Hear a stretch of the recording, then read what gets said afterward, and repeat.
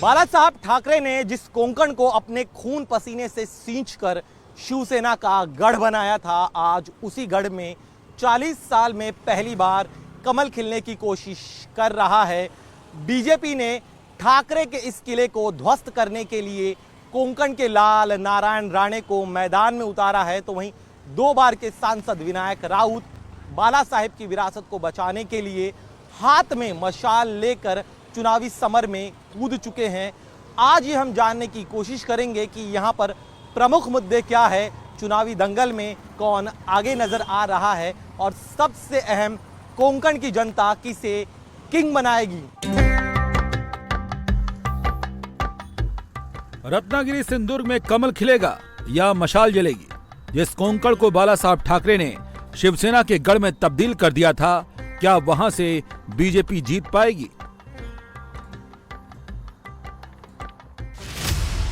भगवा पार्टी ने ठाकरे सेना के दुर्ग को ध्वस्त करने के लिए कोंकण के सबसे कद्दावर नेता नारायण राणे को चुनावी मैदान में उतारा है, जिनका सामना 2 बार से सांसद चुने जा रहे विनायक राउत से है।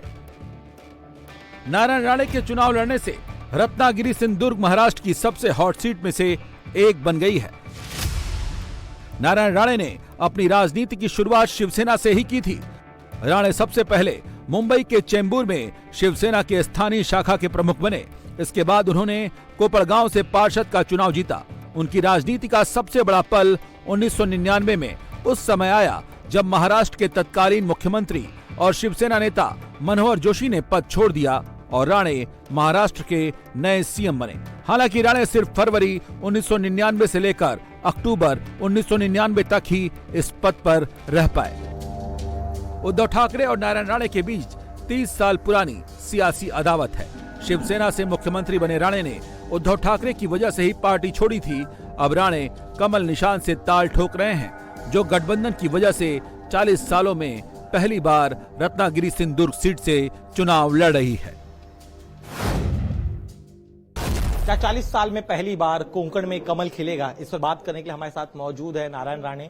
राणे साहब, आप लगातार जनता के बीच जा रहे हैं। आपने कहा है आपका मत, आपको दिया हुआ एक मत प्रधानमंत्री नरेंद्र मोदी को मत मिलेगा, लेकिन आपके जो विरोधी है उनका कहना है कि ये जो मत है अगर बीजेपी को दिया गया तो विनाश को मत होगा। ऐसा कौन कहता है शिवसेना का?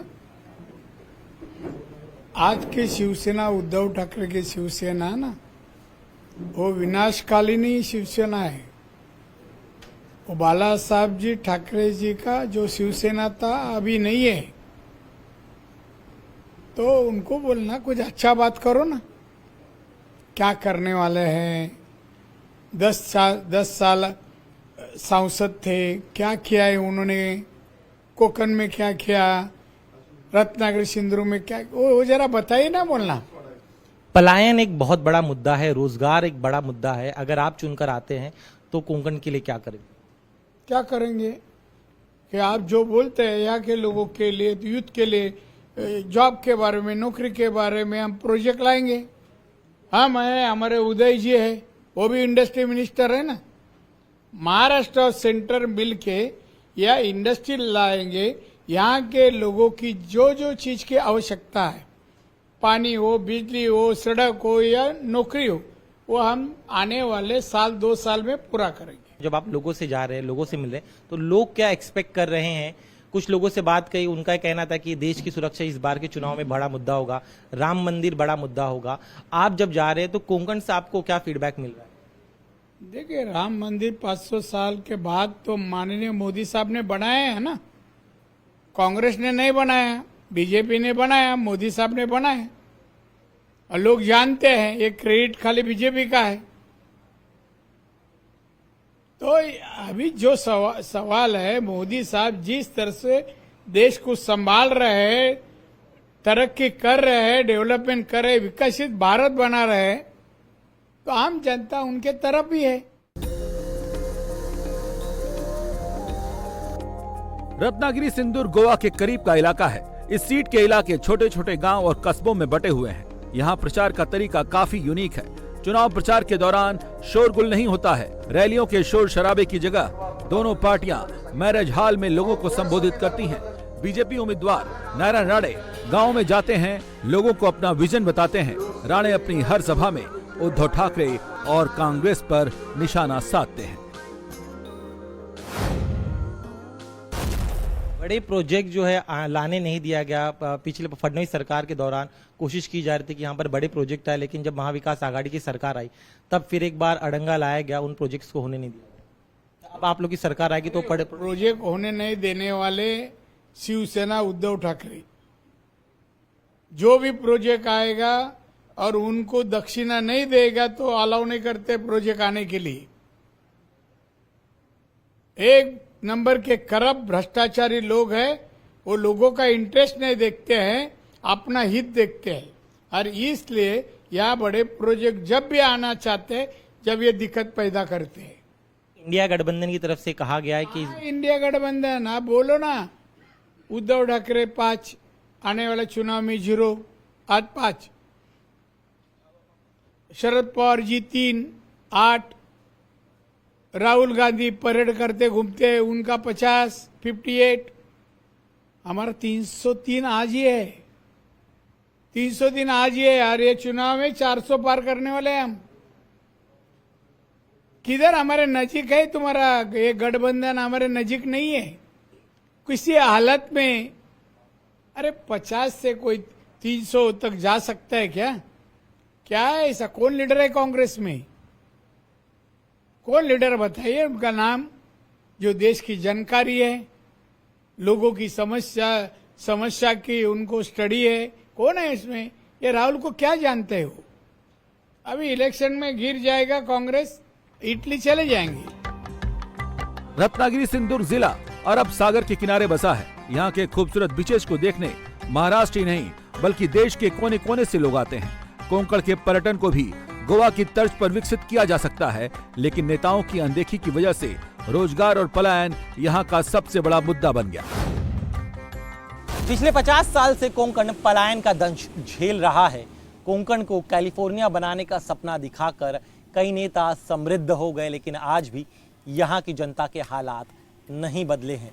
पिछले 5 दशकों में यहाँ पर न तो कोई बड़ा प्रोजेक्ट आया है और न ही रोजगार के बड़े अवसर मुहैया कराए गए हैं।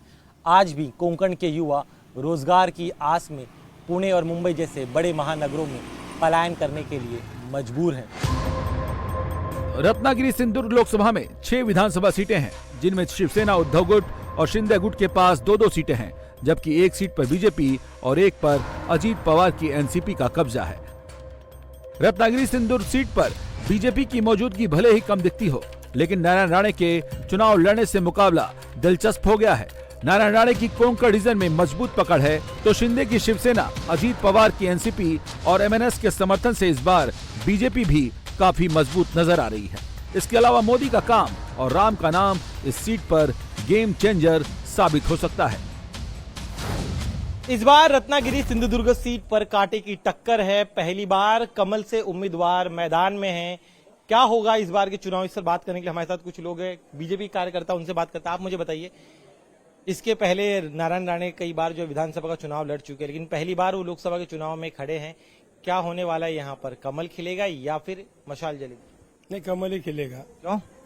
क्योंकि कमल का प्रभाव यहाँ पे ज्यादा है और कमल के निशाने के जो काम हुआ है, मोदी सरकार ने जो जो काम किया है, जो जो महिलाओं के लिए योजना की है, जो किसानों के लिए योजना की है, वो बहुत प्रभावी है। इसलिए सब किसान, सब मजदूर, सब आदमी खुश है, इसलिए कमल ही फूलेगा। कमल खिलेगा। आप बताइए, आपके हिसाब से क्या होगा? इस कमल ही खेलेगा और क्या। क्यों?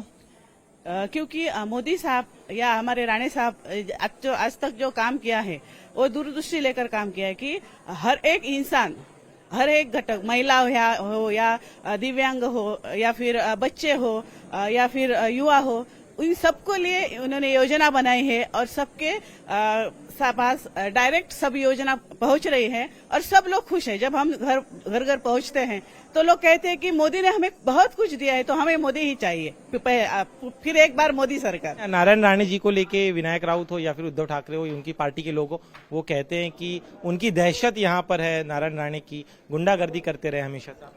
ऐसे उनकी समझ है, लेकिन राणे साहब ने जो इतना काम किया है इतना सामान्य लोगों को इतना अच्छा सर से उपक्रम किया है उतना विनायक राउत ने नहीं किया। 10 साल अभी उसने खासदार के अभी है वो, लेकिन उतना काम नहीं किया। वो समझ ऐसा कि 2.5 लाख के से अपने वोटिंग से वो जीतेगा, उसका समझ ऐसा है कि वो हारने वाला है।